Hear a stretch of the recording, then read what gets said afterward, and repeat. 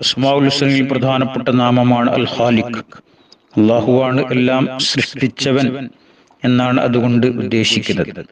പ്രത്യേകമായ രൂപവും രീതിയും എല്ലാം പരിഗണിച്ചുകൊണ്ട് സൃഷ്ടിപ്പ് നടത്തിയവൻ യജമാനനായ അള്ളാഹുവാണ്. ഈ വിശുദ്ധമായ നാമം ഉരുവിടുന്നതിന് ഒരുപാട് മഹത്വങ്ങൾ വിശദീകരിക്കപ്പെട്ടതായി കാണാം.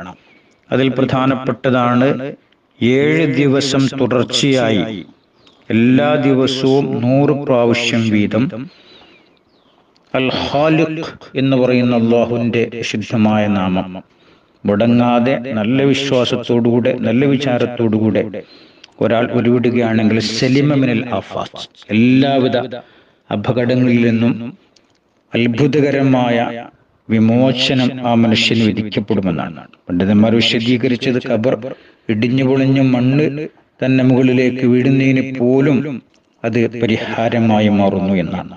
ചൊല്ലേണ്ടത് സബഅത്ത് അയ്യാം മുതവാലിയ, 7 ദിവസം തുടർച്ചയായി ചെല്ലണം. അഥവാ ഒരു ദിവസം വിട്ടുപോയി കഴിഞ്ഞാൽ രണ്ടാമത് തുടങ്ങേണ്ടി വരും. തുടർച്ചയായിട്ട് ചെല്ലുക. കുല്ലു യൗമിൻ മിഅത്ത മറ, എല്ലാ ദിവസവും 100 പ്രാവശ്യം വളരെ കുറഞ്ഞ സമയം കൊണ്ട് ചൊല്ലി തീർക്കാവുന്നതാണ്. അള്ളാഹുവുള്ള അചഞ്ചലമായ വിശ്വാസം മുൻനിർത്തിക്കൊണ്ട് ചെല്ലുകയാണെങ്കിൽ തീർച്ചയായിട്ടും അതിന്റെ ഫലം അനുഭവേദ്യമാകും, ഒരു സംശയവും വേണ്ട.